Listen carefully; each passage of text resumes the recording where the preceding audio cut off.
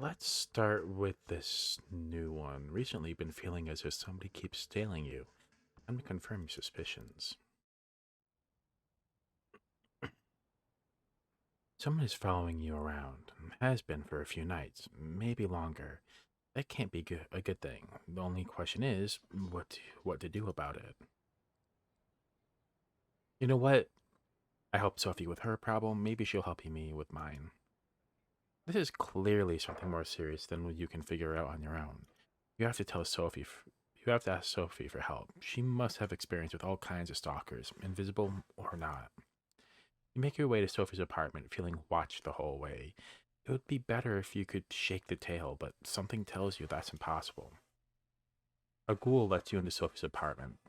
You're not sure how many servants she has, but their servility creeps you out. Does vampire blood do that to people, or just Sophie's personality? The ghoul tells you that Sophie's not in and bids you to wait in the living room. You do as directed, settling down on the sofa. As you sit contemplating Sophie's decor, you feel strange, as if the feeling of being followed on the street never really left you. You don't have time to think more on this because Sophie strides in, clearly in a good mood. If it isn't my favorite stray, am I imagining it, or have you started to dress a little better? You stand up, too worried to waste time on small talk.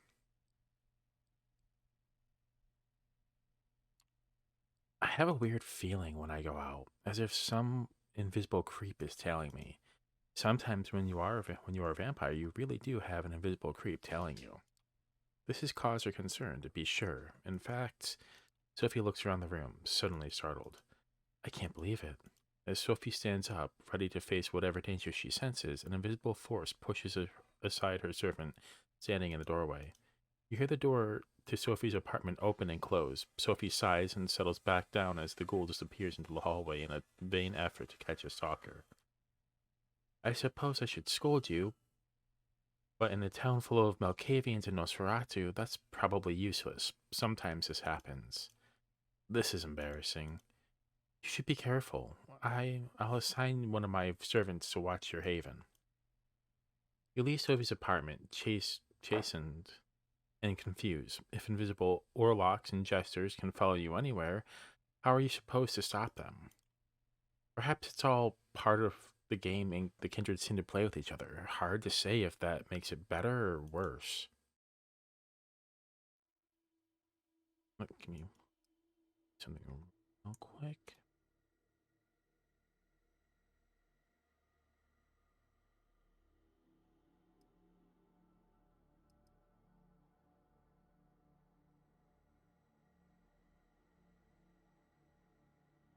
But that's not what I wanted to do. And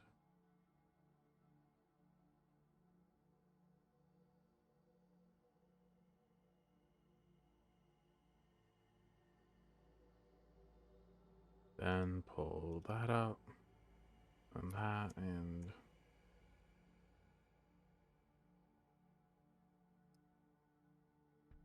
let's do it this way.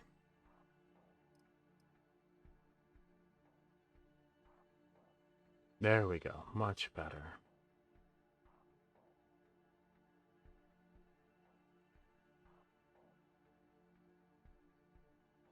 That's interesting. So someone was tailing us.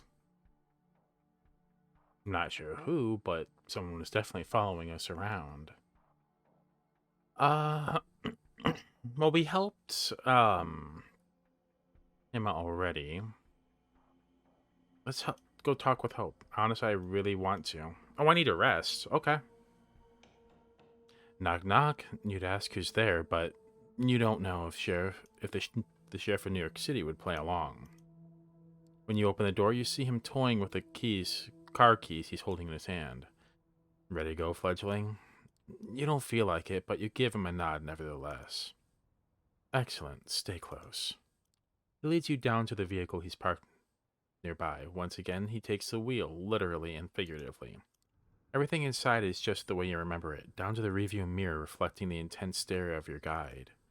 However, the trip itself feels noticeably different. The last time Kadir drove you around, he was forcibly dragging you away from your old life. This time he's pulling you back into it. Goddamn Newman. You're getting violent just thinking about him. Let me tell you how it's going to go. As I said, I've arranged a meeting between you and your kin. It's going to take place somewhere you should know very well. I'll watch over you two from a safe distance to make sure you adhere to the rules.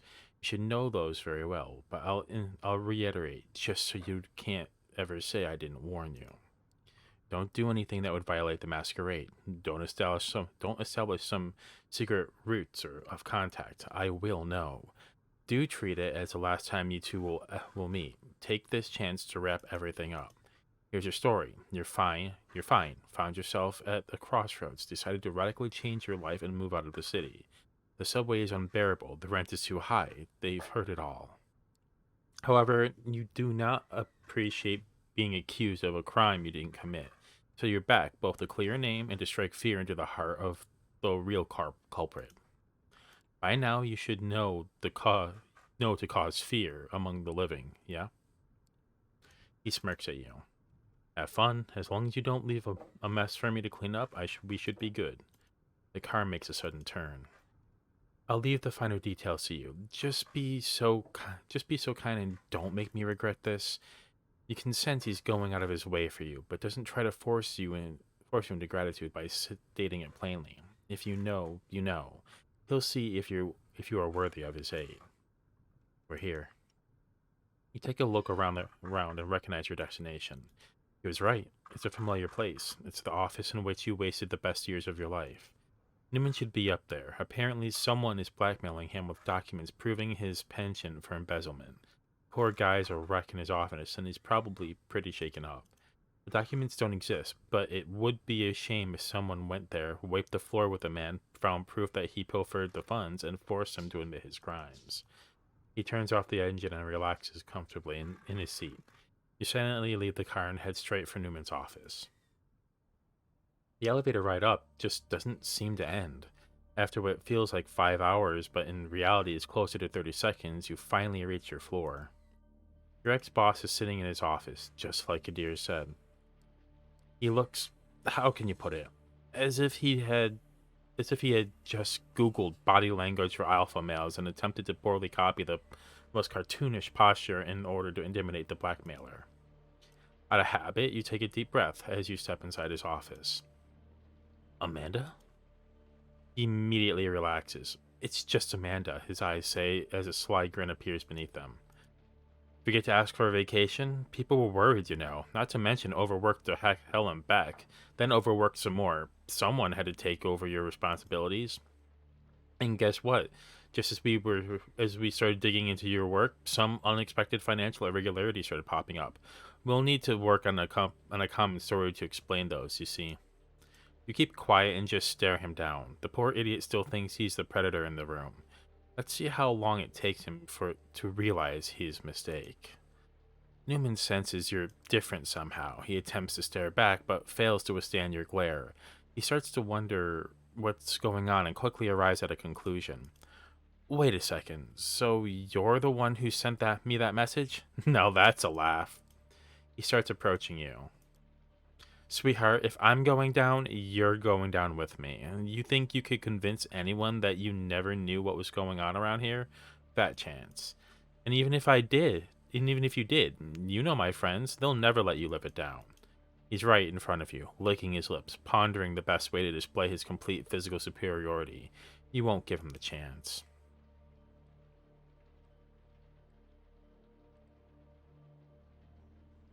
You know what? I don't want to get physical, but I do want to get mean. Before Newman blinks, you're standing in front of him and you're with your arms crossed as he blinks. Your hand is already on his throat. He freezes up. He watches you get in his face and slowly brandish your long fangs. A loud, throaty, inhuman growl rings out throughout the office and begins to morph into a violent hiss. For a moment, your ex-boss can't identify the source of the overwhelming sound, or rather, his brain refuses to accept that your relatively small body is capable of generating a noise like this. And as he begins to understand and process the unnatural sight of your fangs, he is gradually overpowered by an animalistic fear that shatters his entire worldview. You were supposed to be a victim. Why are you a threat?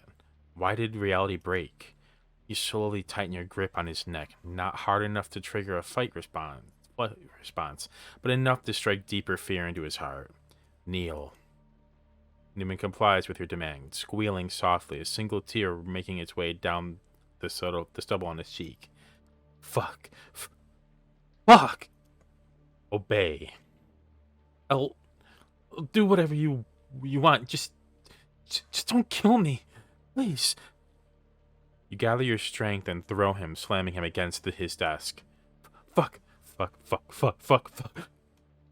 A born boardroom predator has met his better in the place he least expected it. You slowly start walking toward him. Stop. Stop. I get it. I'll do it. I'll fucking do it. With shaking hands, he scrambles toward a safe on his shelf. He opens it and takes out some documents inside. This is what you want, right? This is what you want. You rip the papers from his hands and browse them. These should be enough to, as Kadir put it, prove his penchant for embezzlement. I'll clear your fucking name. Tell them somebody else. You twist your heel into his hand. He screams. I did it. I'll tell them I did it.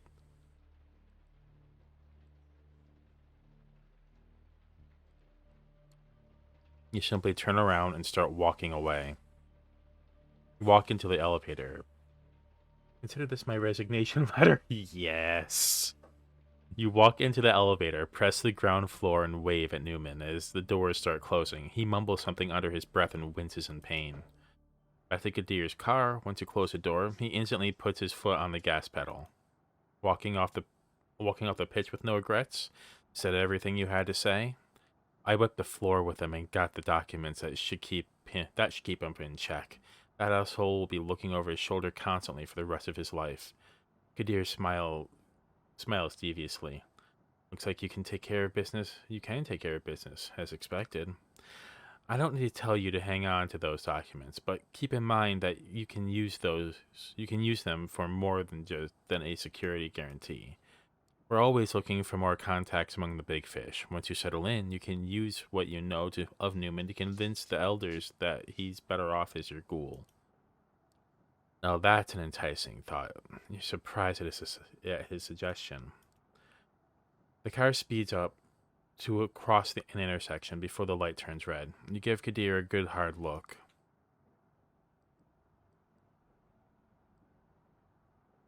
Thank you. Thanks. It doesn't feel like a, how do you call it, very vampire thing to say, but you say it nonetheless. He's visibly taken aback and is usually furrow brow smooths out for a moment. Then he takes on a serious, slightly sorrowful expression. Don't suck up to me, kid. Mr. Bad Guy is still here, and without a doubt, he will go back to decapitating suckers like you anytime now. The car starts slowing down. We're here. You look out the window and see your haven. Take care. I'll see you around. Just pray I don't have to see you too often. You leave the car and start walking to your haven without thinking about Kadir. Can't say you're fond of him, what with the welcome he gave you and all, but after tonight, you can't say you aren't either. You're gonna need some more time to understand him, that's for sure. The hunger calls to you. The city's skyscrapers, the seemingly never-ending sprawl of boroughs. It's all a prison. You need to get out. You need to take back control over your life this instant. The memory of your sire's frosty blue eyes mocks you, tempts you to show your dominance, to prove you have the guts to take what you want.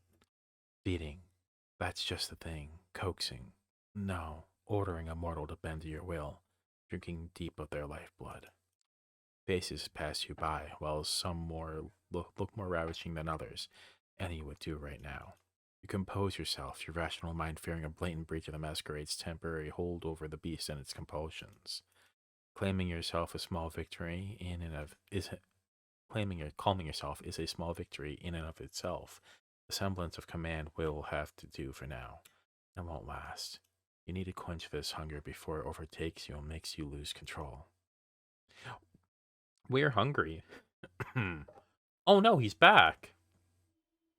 He's taking care of Frank Daughtry, but apparently there's someone still staking out Sophie's apartment. He's not that stupid, is he? Mm.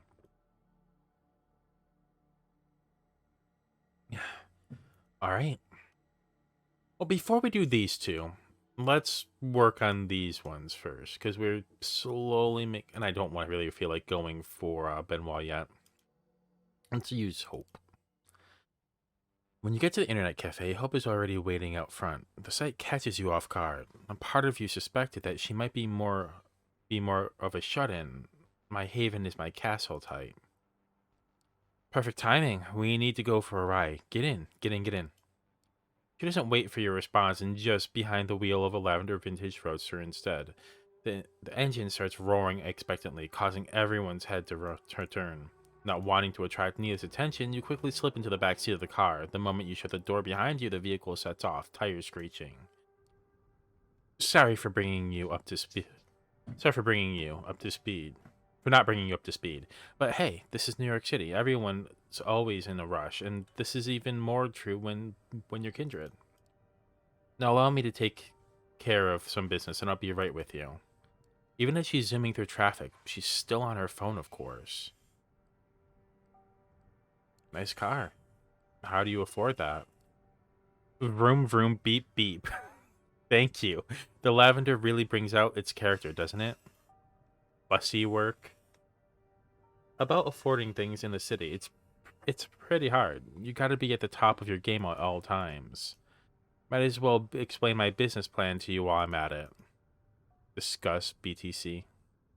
So another extremely online mulk based in New York goes by the name of Dev. No, told me to Google Ethereum a few years ago. That's how I got into Bitcoin. Oh, and I found a new religion. 23-year-old selling visions of governments replaced by a benign code and decentralized consciousness. Masses ruled by algorithms, just just as the laws of physics.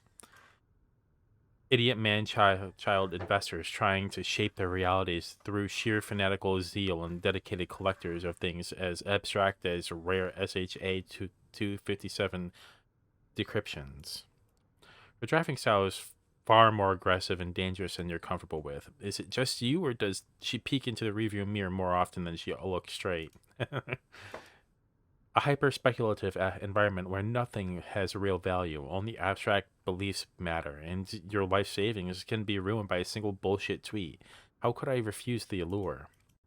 I started buying low and selling high on a variety of shady 24/7 exchanges that allowed me with 100 times leverage, as in, they lend me 100 times the capital I could bet with. I got lucky at the beginning and kept the ball rolling, shorting and longing impulsively, recklessly. I got to the point where I became too big to fail, and that's when I cashed out. The car comes to an abrupt halt. You bump up against a seat in front of you. 100 to 0 real quick. Okay, this story will be continued later. We're here, right at our first stop. I'll need you to do me a favor. Uh, what favor? Favor? What favor? Young, hot, petite, and genuine? Ingenuine? That's interesting. Nothing too difficult. Literally a jump in, jump out kind of deal. See that weird guy in the Yankees cap standing around the corner? Approach him. Tell him you're young, hot, petite, and genuine.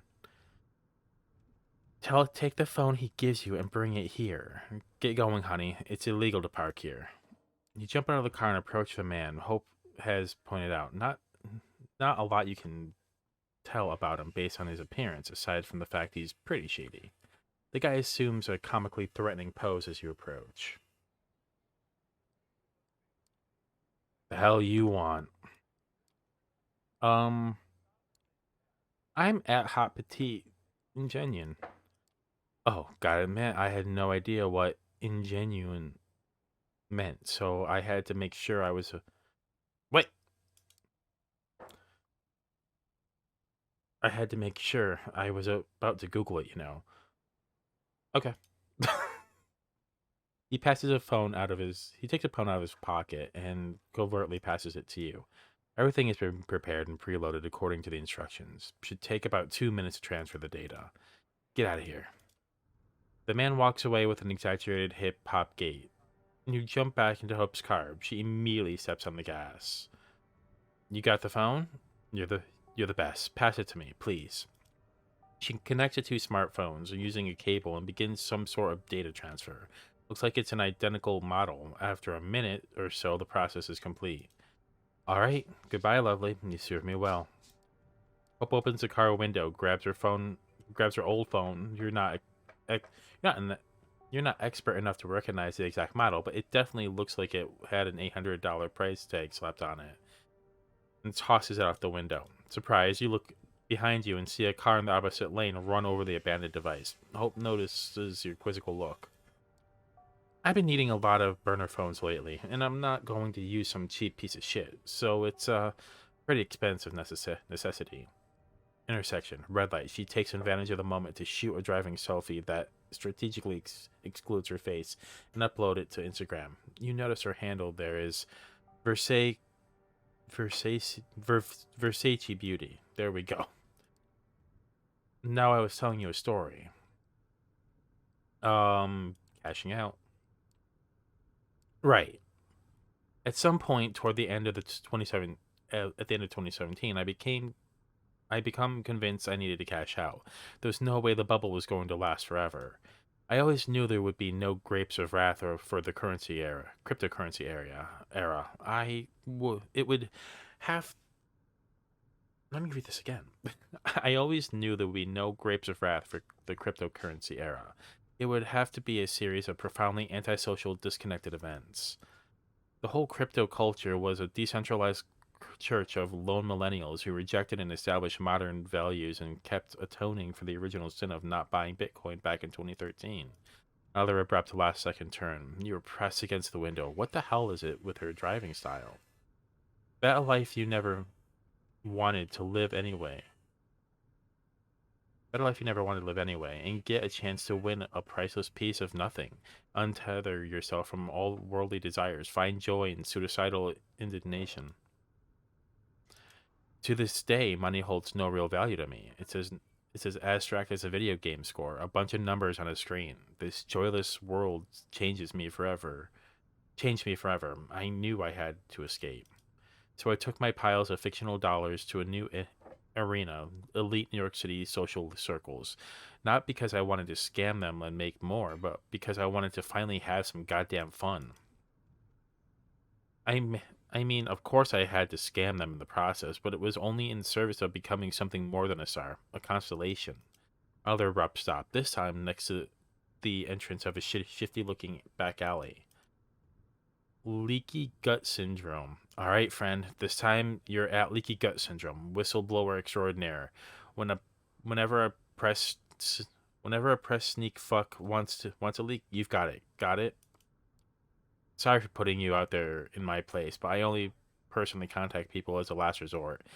It's harder to protect my identity each time I show my face. And since I've got you, our man is waiting for you in this back alley. He's paying back a favor with a flash drive containing critical information we need to stay safe in the city. Retrieve it. I will circle the area. Make sure we aren't in danger right now. When you're done, get back here and I'll pick you up. Everything clear? Good.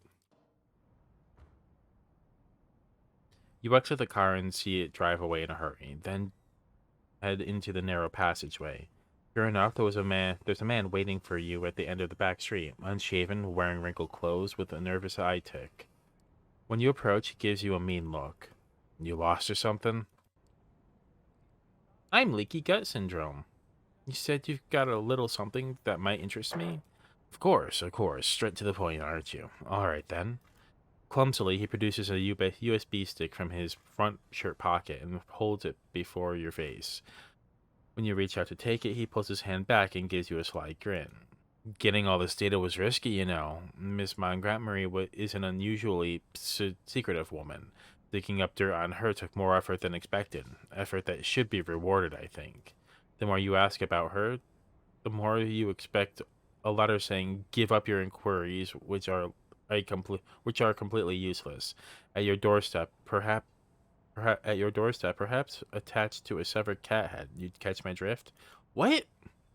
The secrecy surrounding her screams, friends in new high places, brave new world order, Illuminati shit, makes me think I deserve some hazard pay.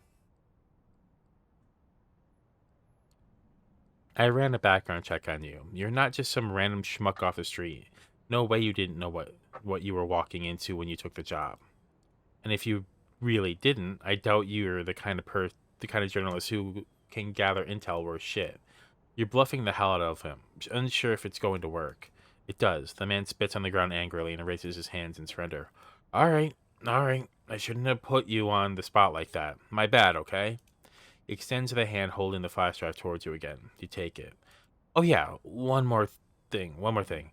Not really sure what it's about, but one of my informants claims you might be interested in this. He reaches into his inner pocket and presents you with something wholly unexpected. It's a bag of blood labeled simply as ABRH. You take a clear look, but that doesn't answer any of the questions that appear in your mind. You peek into the journalist's eye, cold blue eyes, and see them twitching uncontrollably. Don't ask me. They said you'll know what to do with it. Leaky gut. Come on, take it.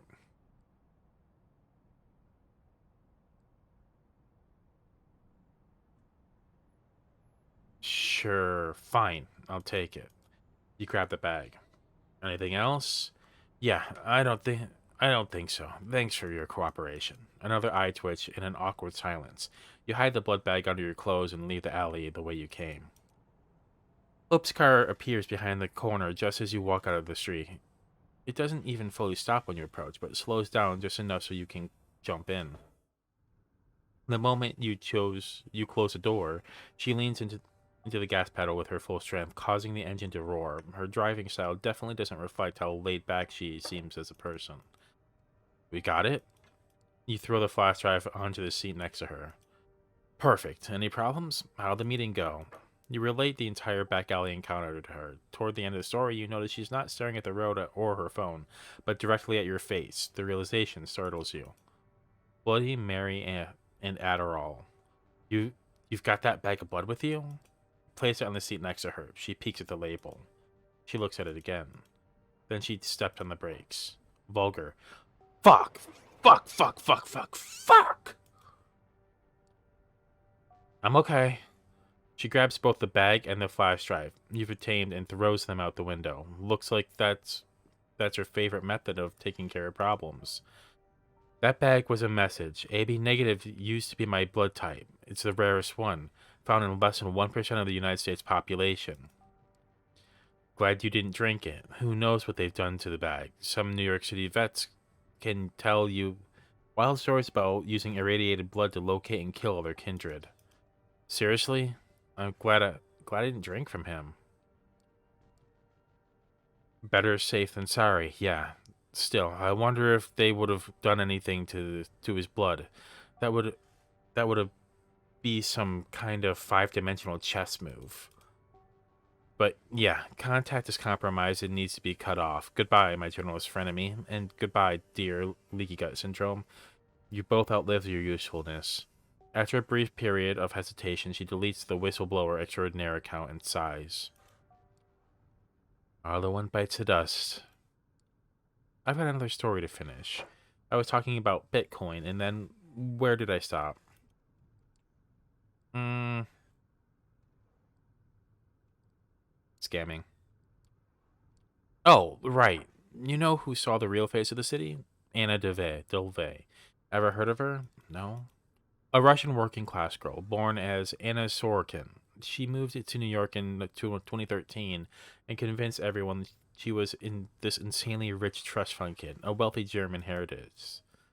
Manhattan elites totally fell for it, and they bought it for years while she swindled them. She only got arrested in 2017 after having stolen almost $300,000. Sorokin created her delivery persona out of thin air, convinced everyone that she was going to set up an art fund, and kept tasting all of life's finest pleasures while being basically broke. She even made up a fake financial advisor, then killed him off when he became a liability. Apparently, most of her victims never admitted to being scammed out of shame.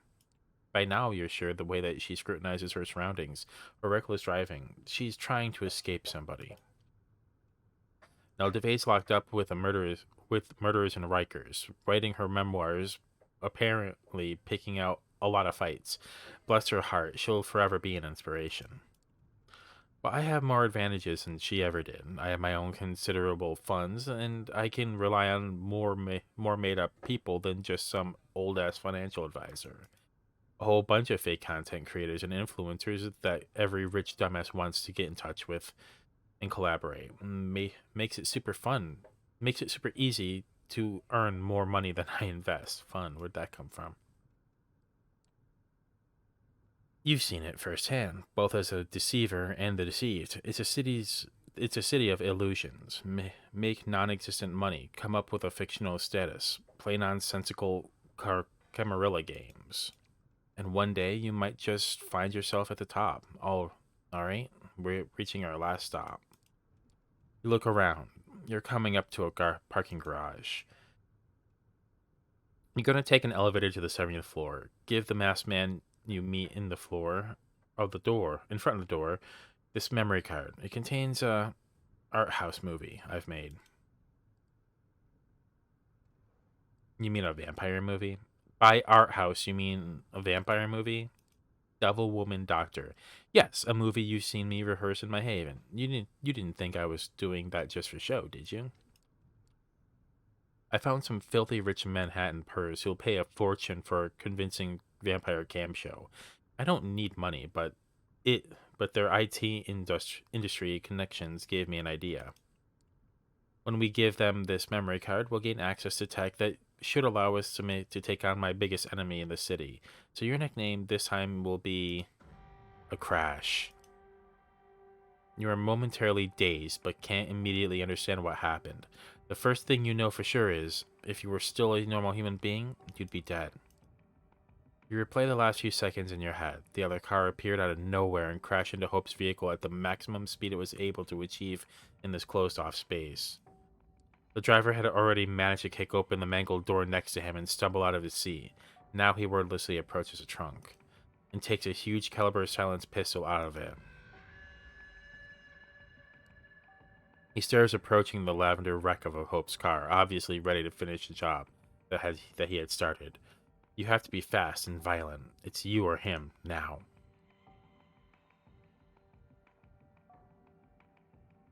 He's gonna kill me. Your instincts take over. You don't come up with a strategy or an optimal route. You simply start running towards the gunman, yelling. For a split second, he's completely dumbfounded. Then he opens fire. The bullets put a brief stop to your sprint. You're engulfed in pain, your flesh and clothes being shredded to bits. But when his magazine runs out, you're still standing and determined to move forward. He tries to act as quickly as possible, but he can't reload his weapon before you get to him. A tackle, a primal scream, left punch, right punch, left punch, right punch. You return this cruelty tenfold to his face.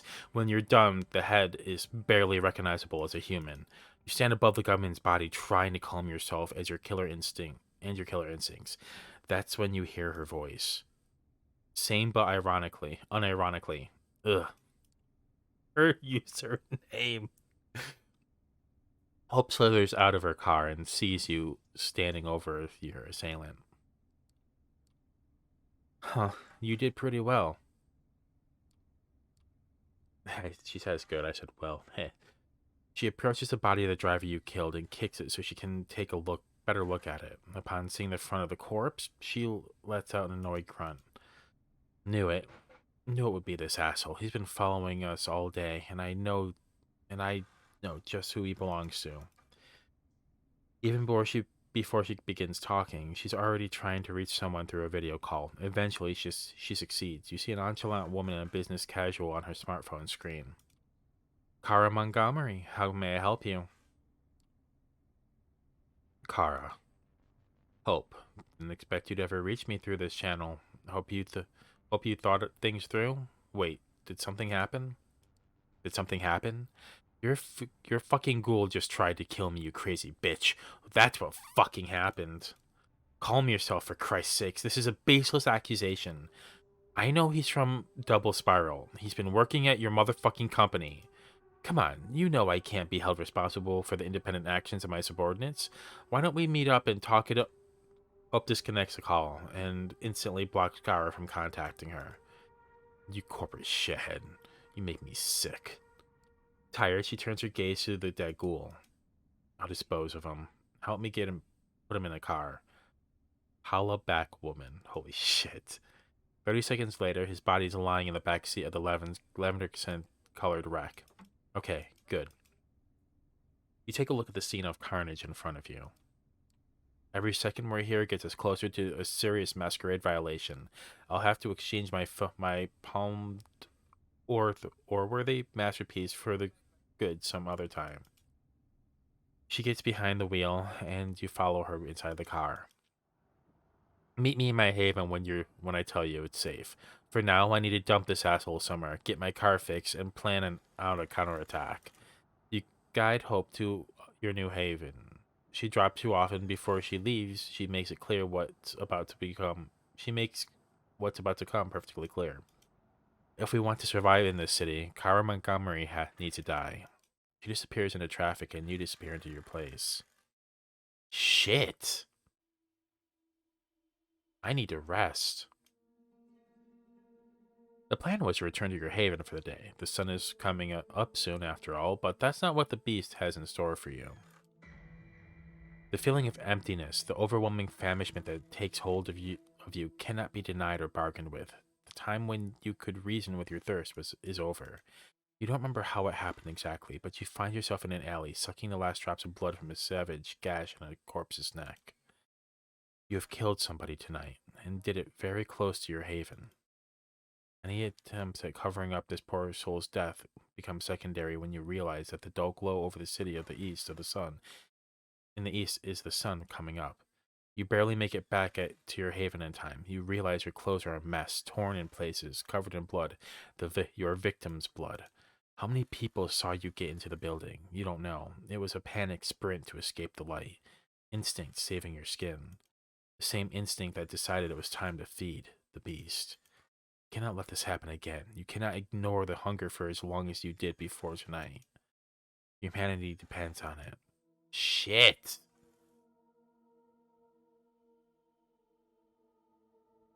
I was not prepared for that. The gift that keeps on giving. You make your way through the now familiar rusty maze of the grain terminal and up on the stairs of D'Angelo's office.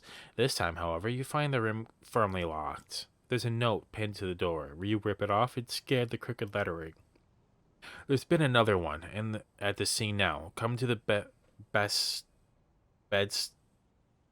Come to the best bed-stuy corner of Pulaski and Garvey ASAP. What the heck is that? Looks like D'Angelo could use your help. Better get going. I'm sorry, we're trying to read that was making my head hurt.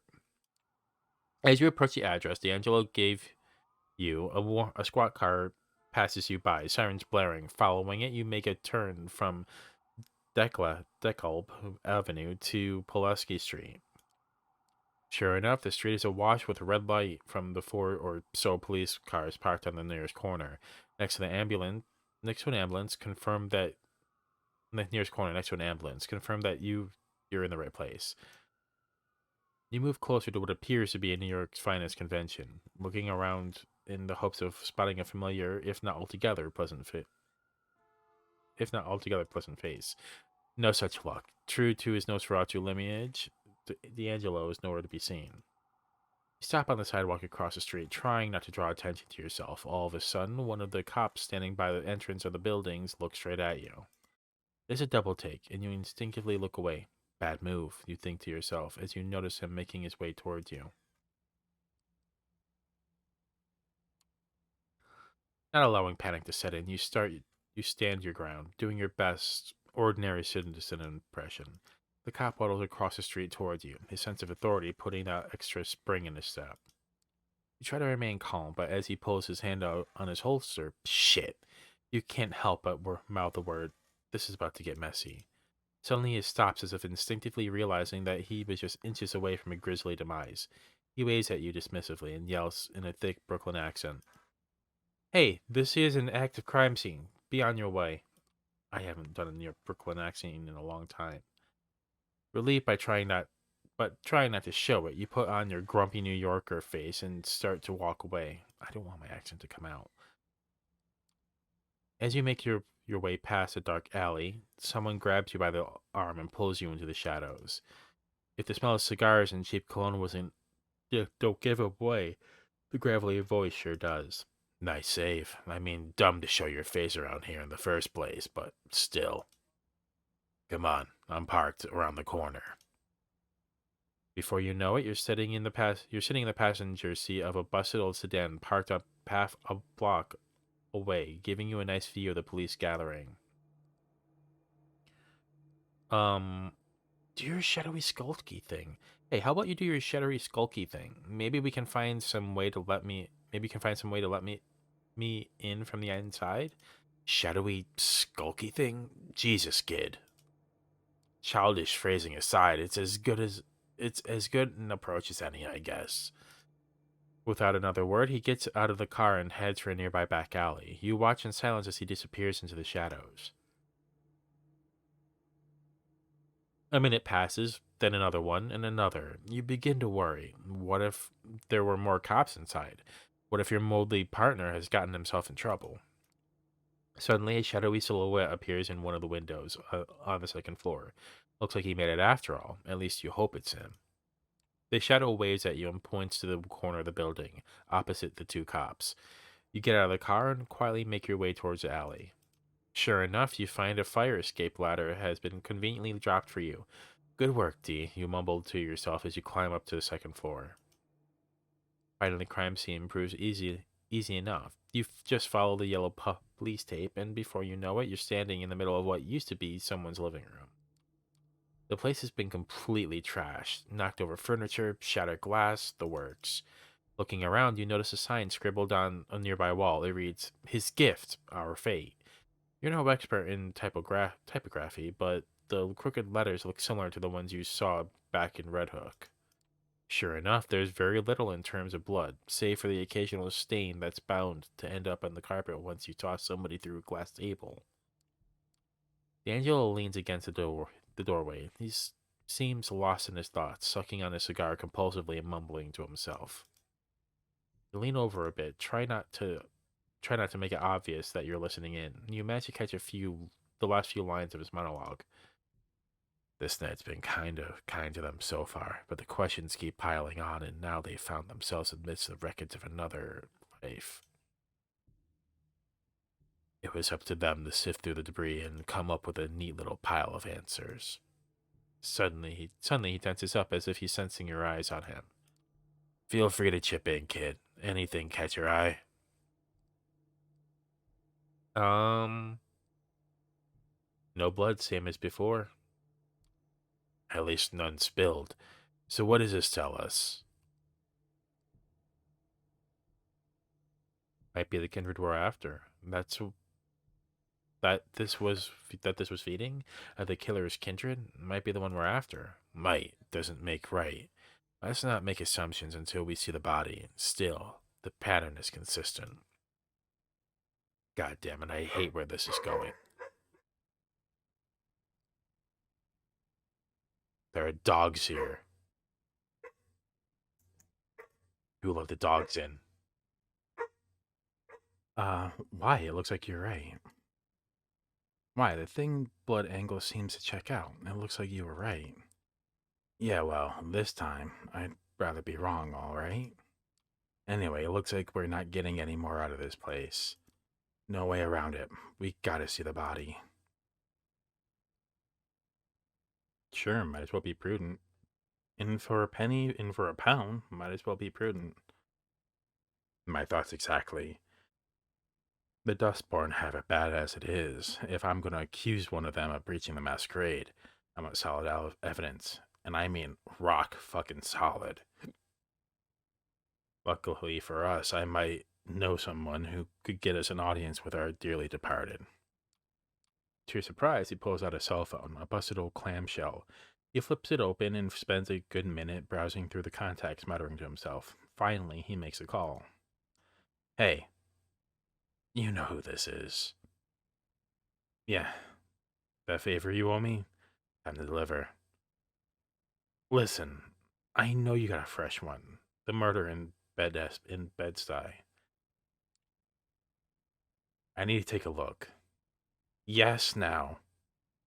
Yeah, you better. With that, he hangs up and gives you his trademark wry smile. So, are we good? Yeah, we're good. Next stop, King's Country. Kings County, rather. The bleeding heart of Brooklyn. It's beating as hard as ever, with ambulance and after ambulance bringing in sick, wounded New Yorkers to be pumped through the tight arteries of the healthcare system. It's a dangerous place for our kindred to show their face, incessantly crowded and full of people who speculate in noticing all sorts of physical afflictions, especially the sort that make up the very essence of a vampire's existence, for instance, death. Thankfully, your business here tonight keeps you away from the hectic human hive of the ER.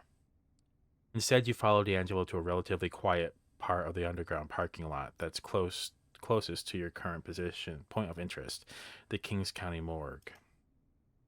Having found yourself a convenient, suitably unlit spot near the hospital wall, you wait patiently for D'Angelo's contact to appear. Every now and then, you glance over at the undead gumshoe as if to make sure his moldy mug isn't showing any signs of worry. If it isn't, or at least he's very good at hiding it. Finally, after 30 or so minutes, a lone figure emerges from the side entrance. As a human shaped shadow walks by, you quickly recognize him as the EMT you saw back at the murder site.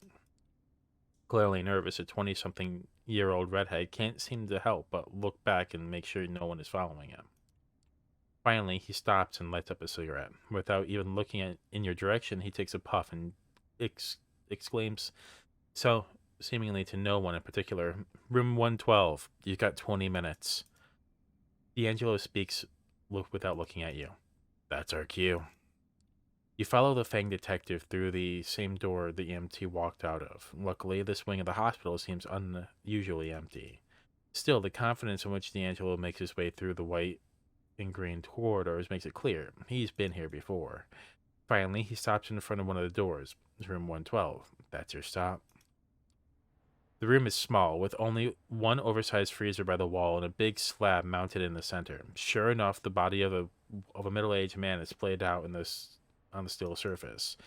Even for a dead man, he seems unnaturally pale. Extreme blood loss will do that to you. Try as you might, you can't help but look at the man's face, his features twisted in abject horror. This is not a peaceful death. Looking closely, you notice two small puncture wounds on the victim's neck. If ever there was a clear sign of a vampire attack, you've yet to see it. Looking over at D'Angelo, you notice his lips moving in a familiar fashion. He's narrating again, but he can mutter an intangible word. Before he can mutter an intangible word, you cut in with a remark. Sucked dry, just like the last one. Yeah, I'm guessing you noticed the teeth marks as well. He points at two visible marks on the victim's neck. Dead giveaway. Fuck. As if on key, the door swings open. A tired-looking man with a stethoscope around his neck walks in. With his eyes fixed on his clipboard, he doesn't appear to notice you. Yeah.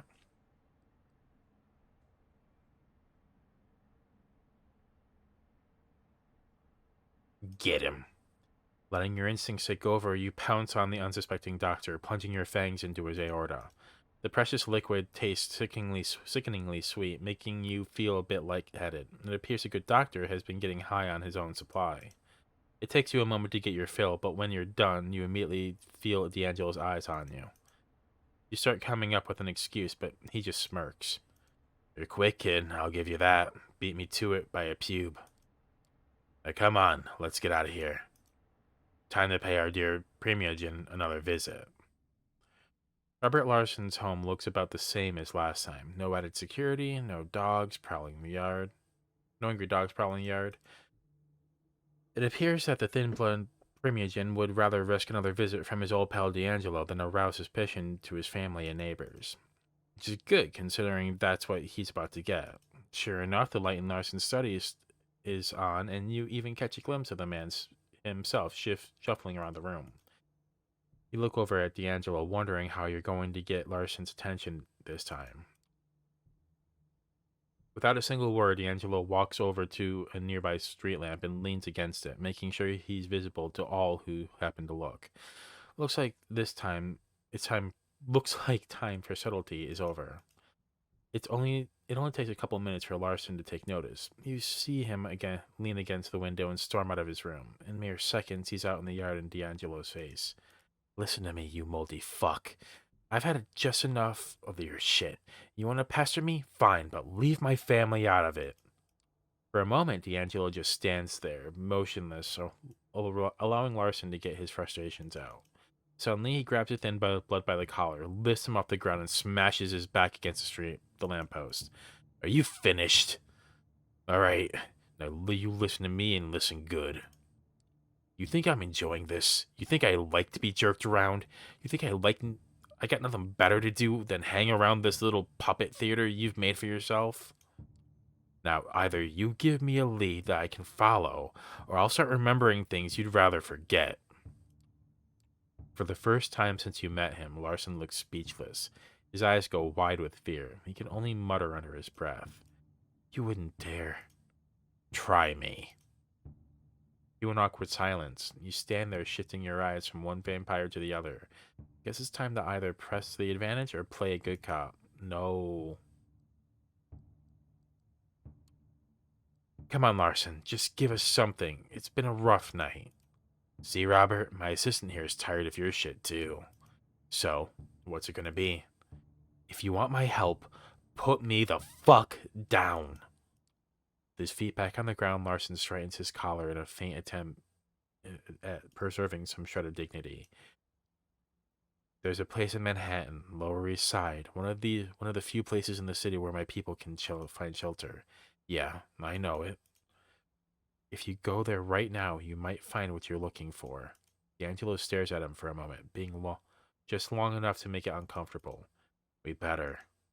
Finally, D'Angelo loosens his grip. You both watch Larson limp back to his house, looking back over his shoulder, like he's going to tell the teacher on you. You look at your partner, meaning to ask what the whole things you'd rather forget deal was.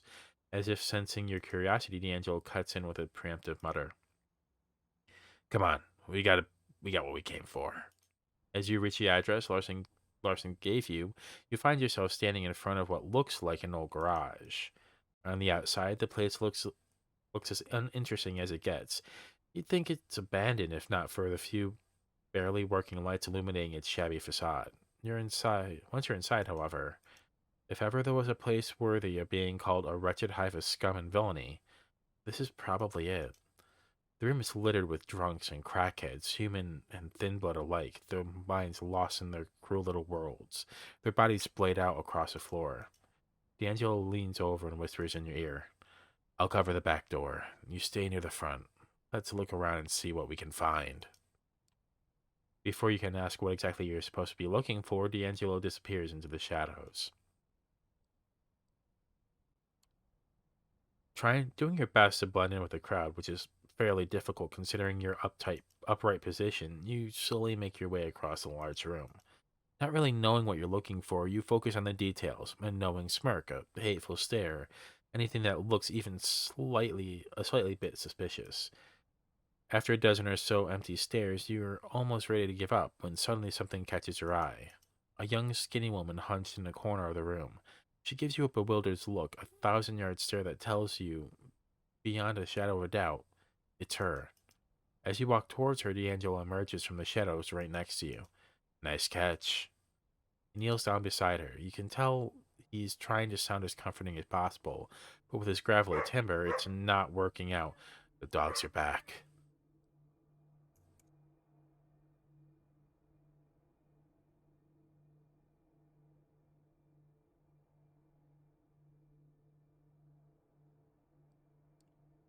Hey, it's okay. We're not here to hurt you. We just want to talk. No, don't talk. Too loud. Too loud. She seems halfway out of it. It's like the lights are on, but whoever's inside is stumbling around after one hell of a bender. All right, you like quiet? Got it. Can you tell me your name? S- Sana. That's what he called me. Suddenly, you hear the door swinging open behind you. Even though the night is fairly warm, a cold chill runs down your spine. You look towards the entrance. There's a woman standing there, and something about her just screams kindred. Even though she seems comically overdressed for the situation, somehow you don't feel like cracking a smile. Whoever she is, you can tell she means business. She starts making her way to the back of the room and not making any effort to sidestep any of the junkies and drunks. They all know well enough to get out of her way. Acting out of bravery or sheer stupidity, you walk up to her. She looks at you as if you were something she just scraped off her shoe. You smile nervously, without even knowing it.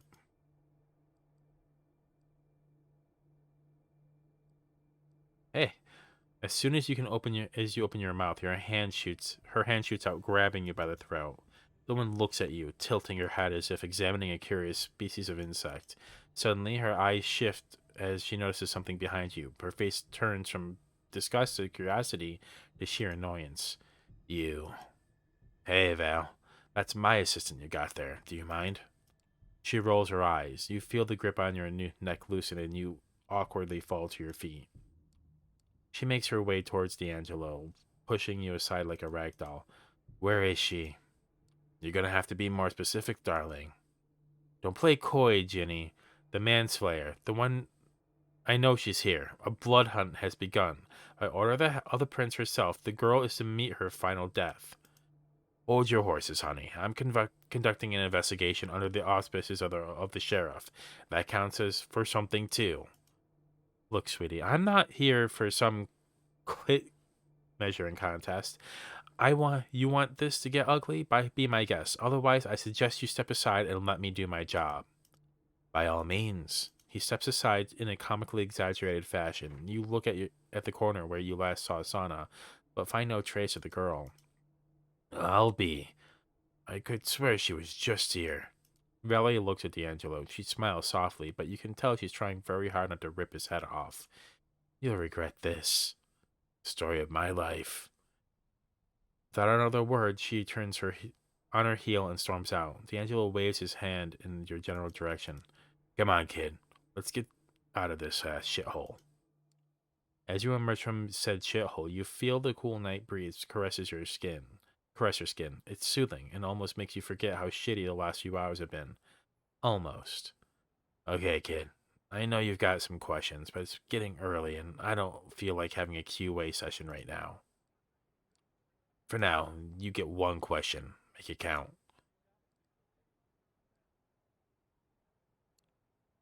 It's still hard to believe that girl is our killer. Do you know where she ran off to? Not sure, but I might have some ideas. The important thing is we know who we're looking for. Too bad Valerie knows it too. She's a scourge kid, part enforcer, part assassin, all around pain in the ass. We'll see more, be seeing more of her. You can bet on that. And before you ask, yes, we've run into each other in the past. No, I don't feel like talking about it. All right, kid. I don't know about you, but I'm turning in for the night. I'll figure some stuff out and keep looking for our girl. Feel free to swing by the office in the night or two. And with that, he stumbles off into the night, and not even bothering to keep to the shadows. Can't say you blame him. It really has been a rough night.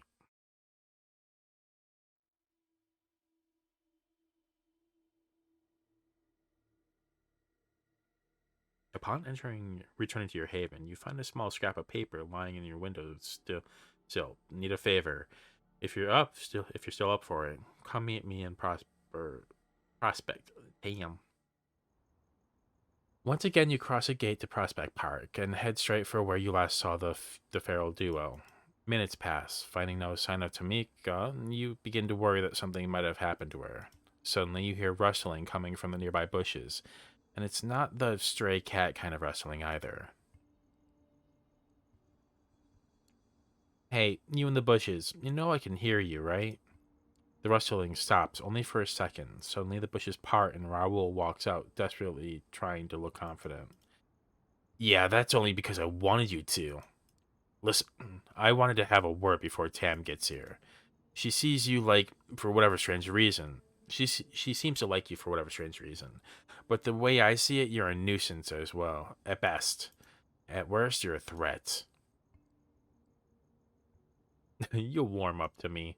Just give it some time. You'll warm up to me yet. That whole suave asshole routine might work on your dipshit cami friends. But I'm not impressed. Tamika is my sister. In every sense of the word, that counts.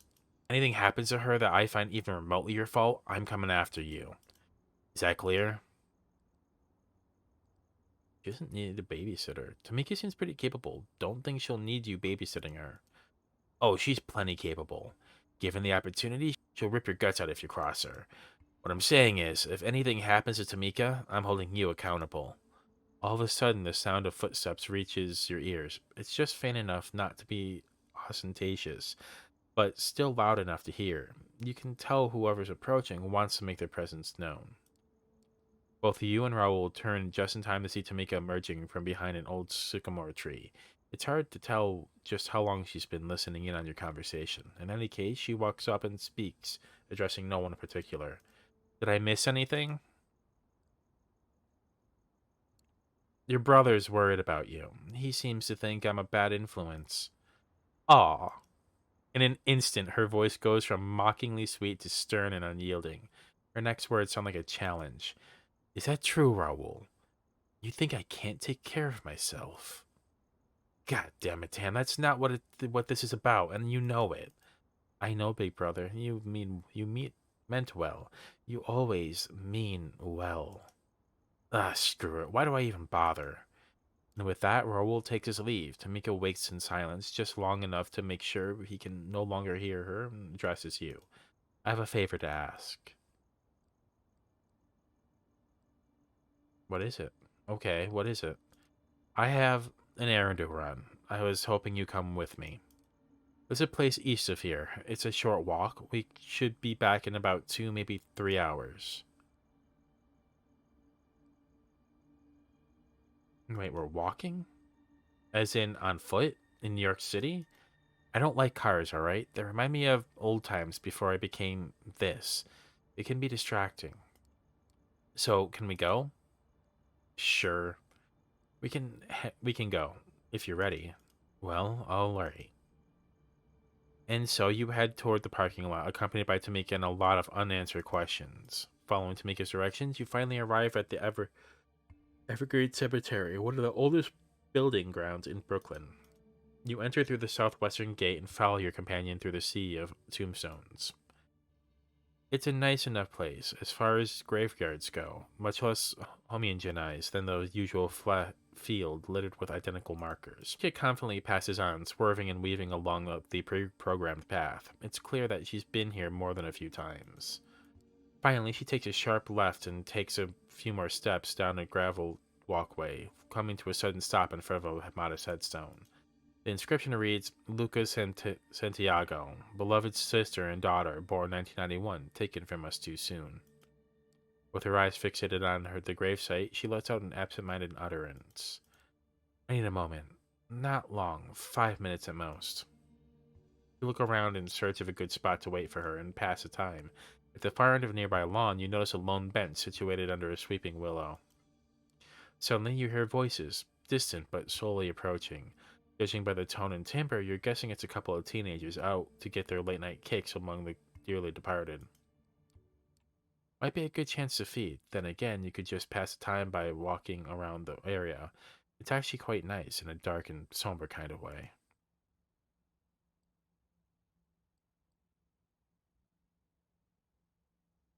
You know what? I'm not messing around anymore. We already accidentally killed somebody. Take your time. I think I'll go grab myself a drink. Just do it quickly. I don't want any trouble. Not here. You leave Tamika alone, following the voices. Soon enough, you come upon a couple in their late teens. Judging by the thick eyeliner and their clothes, consisting of mostly black leather and lace, you'd venture to guess that they love nothing more than to meet an actual vampire. You're happy to oblige as you emerge from the shadows. You can feel all your intense can feel your all intensify. Intensity? The boy and the girl watch you, completely awestruck, waiting for you to approach. The slightest gesture is enough to shoo the boy away. He sits on a nearby bench and watches completely enamored as your lips press against the girl's neck. It's a weird sensation to feel actual, honest to God pride in a victim's blood, but here you are. She's glad to have been chosen in this way. You take one look at the boy's dark brown eyes and to realize he's hoping for your attention too. Something about him doesn't feel right to you, though. Instead, you decide it's a good idea for both of them to forget the whole affair. Grabbing their attention, you focus newly refreshed blood with and will their minds to erase the last few minutes. Finally, you get back to the tree and find Tamika sitting on the bench. Without a word, you sit next to her. Look over at her, doing your best not to stare. She looks down, crossing her arms and putting her hands on her shoulders. In an instant, the ferocious savage disappears, replaced by a vulnerable young woman. I think I'm done. You okay? I'm better now.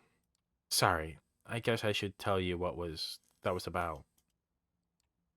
She looks away. You can tell she's struggling to open up to you, so you remain silent, trying not to make her uncomfortable. I was embraced not far from here, in the cemetery. A fitting spot, I suppose. It was close to a decade ago. I'd been a I'd been on one of the It was close to a decade ago. I'd been on the road for a couple years at that point, hitchhiking from one town to the other. New York was supposed to be another stop. And then I met Jezebel. She was strong, smart, independent, seemed like someone I could trust, someone I could get close to. She never made me feel inadequate or ashamed, and she could hold her own in a fistfight too. Funny thing though, she only wanted to meet during nighttime. I didn't think much of it, even came up with excuses for her busy, eccentric, whatever worked. Until one night she sank her teeth into my neck.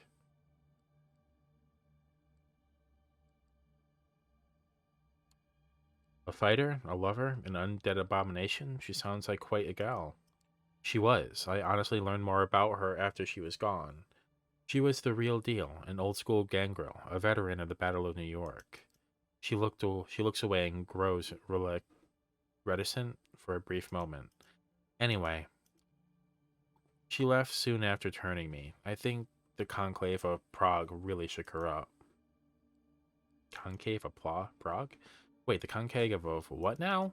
Prague. It's a city in Central Europe. It was supposed to be a neutral ground, a good place to discuss politics and strategy. They ended up almost turning into a civil war. Next thing you know, the anarchs were expunged from the Camarilla. For our kind, all they had done for our kind, the blood they spilled, it didn't count for a thing. I can't blame Jezebel for feeling betrayed, but yeah, even though still had Raoul and Luca, I was still furious and terrified. Luca died a few years later. Operation Lights Out, they called it. It was a coordinated assault by the Second Inquisition, a genocide by any other name. Her family got together, bought up a plot, and buried an empty casket. I guess they wanted some closure. Can't fault them for that.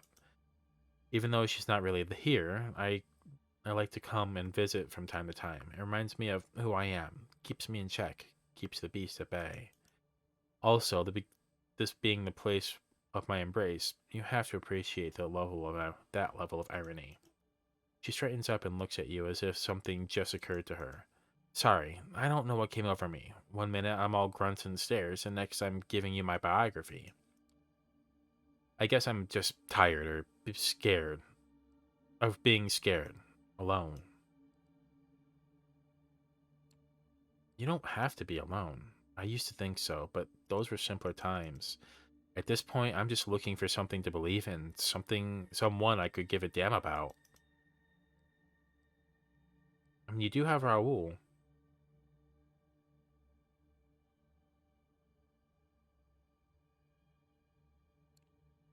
You'll always have Raoul. She smiles sadly. Will I? Don't get me wrong, Raoul is my brother. The bond between us is not so easily broken. He's got ideas, ambitions of his own. He won't always be there to watch my back. I can't expect that of him. You open your mouth, but before you can make a sound, Tamika motions at you to keep quiet. She lifts her head and sniffs the air. Her ears perk up and her eyes widen. Suddenly, she pushes you with all of her strength, sending you flying off the bench. Before you even hit the ground, an immense shape flies into view and smashes down into the bench, splintering it into pieces. With the blood surging through your veins, you pounce to your feet. You look at the mass of fur and muscles that had nearly pulverized you. The creature rears its head. Its head gives you a deranged stare. It then turns to Tomika. She seems utterly terrified, frozen in place as if she literally just saw a ghost. You notice the creature shifts its weight as if preparing to pounce. Um, Feeling your body strengthen with inhuman resilience, you jump in front of the beastly assailant, breaking the force of its attack. Still, the sheer weight of the creature slams you onto the ground. If you wasn't for your supernatural endurance, you're pretty sure your spine would turn to powder. Suddenly, the beast lets out a pained roar. In a flash of consciousness, you see Tamika hunch atop the monster's shoulders, her claws plunge into its eye sockets. Floundering like a fish out of water, the feral monster finally manages to shake the feral Valkyrie off of his back. The creature then turns toward you. For a second or two, it moves its mouth awkwardly as if trying to remember how to form words. Stay out my ground. The creature runs off toward a nearby clearing, when all of a sudden a gunshot sends it tumbling onto the ground. A group of well-armed men in body armor emerge from the shadows in an ordinary formation and move in closer around the creature. Oh no. Not sure what to make of what's happening, you figure it's best to get out of the way. As you start backing away into the nearby bushes, you notice Tamika following your lead. From the relative safety of the thick foliage, you watch in silence as a group of armed men subdue the creature using steel nets and cattle prods. In the corner of your eye, you catch Tamika looking away as if she finds the spectacle somehow distasteful. She speaks under her breath, her voice shaking.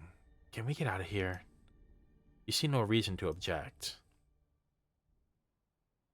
The walk back turns out to be quiet and somber experience. You walk back in silence, the city a blur of lights and cars careening by.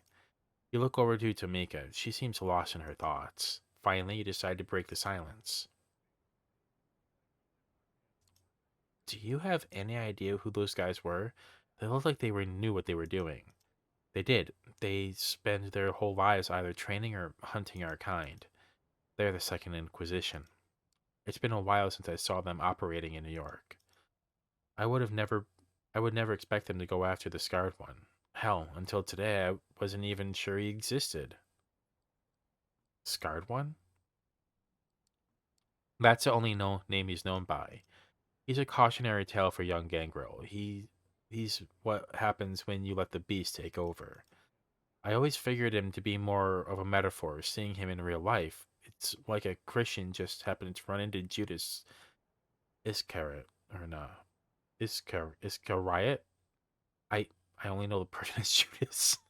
One day, and seeing him hunted down by I don't know what to think. I don't even know where to start thinking. Deciding to give her some space, you spend the rest of the walk in silence. Soon enough, the familiar tree light of Prospect Park comes into view. You stop by the entrance nearest to Tamika's haven. You keep walking without so much as a word or glance in your direction. She stops after several paces and turns back toward you. I'm sorry. Thank you for coming with me, but now I have a lot of shit to figure out. Once I do, I'll let you know. And with that, she disappears among the trees. Seeing no point sticking around, you take your leave.